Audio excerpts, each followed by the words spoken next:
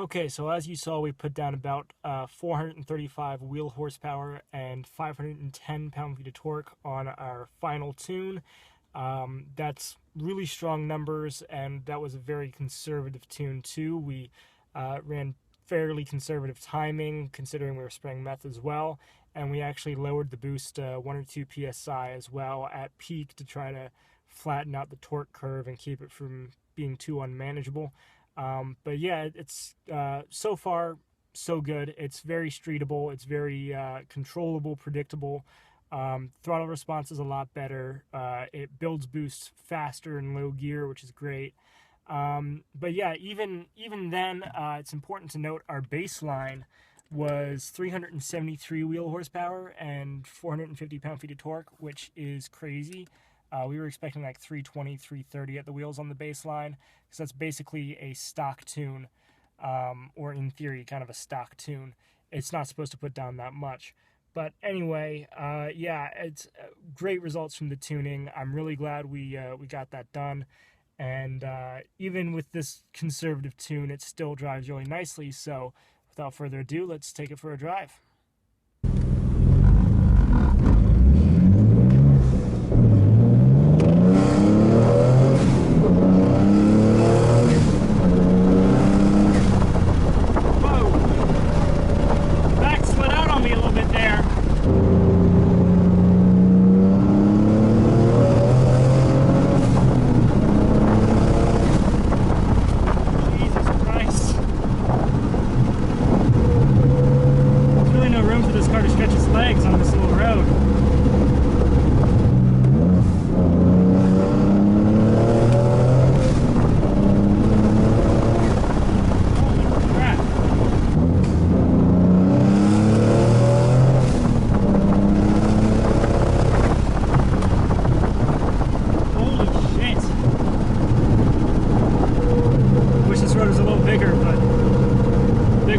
Right now.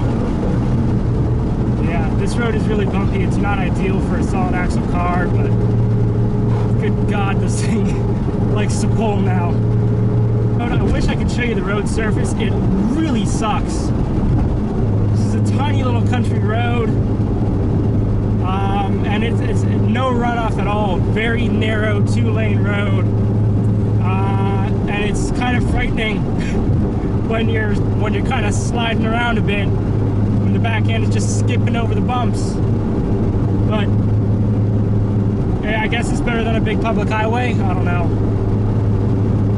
I'm not pushing it too hard, simply because I can't. Not on this road, not with these tires. I will say though, it's a hell of a lot of fun. The throttle is very responsive now.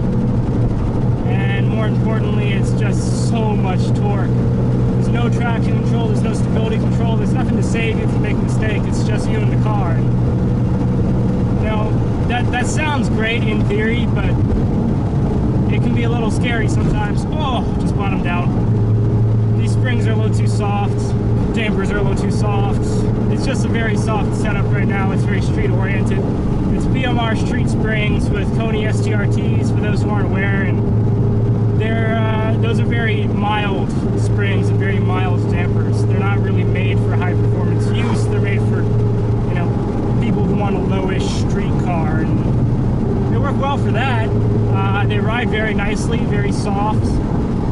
I would equate this to like a slightly lower version of the Sport package, but it's they're not great for this. So obviously that's, you know, that's on my list of things to do. Right now I need to figure out my gauges and all that. I need to get my I'm planning on getting a race pack, so that's probably the simplest way to get all my gauges that function, because right now I have a speedometer that reads the wrong speed, I have a tachometer that doesn't do anything at all, a coolant gauge that doesn't do anything at all, and a gas gauge that works. So I have 1 out of 4.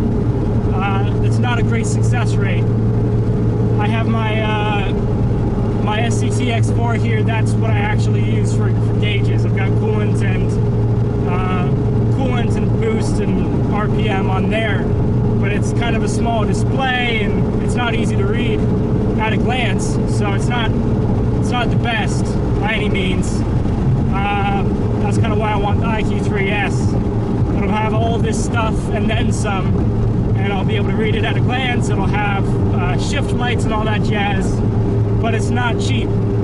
So I just need to raise the funds for that, and we'll be in business. One last pull.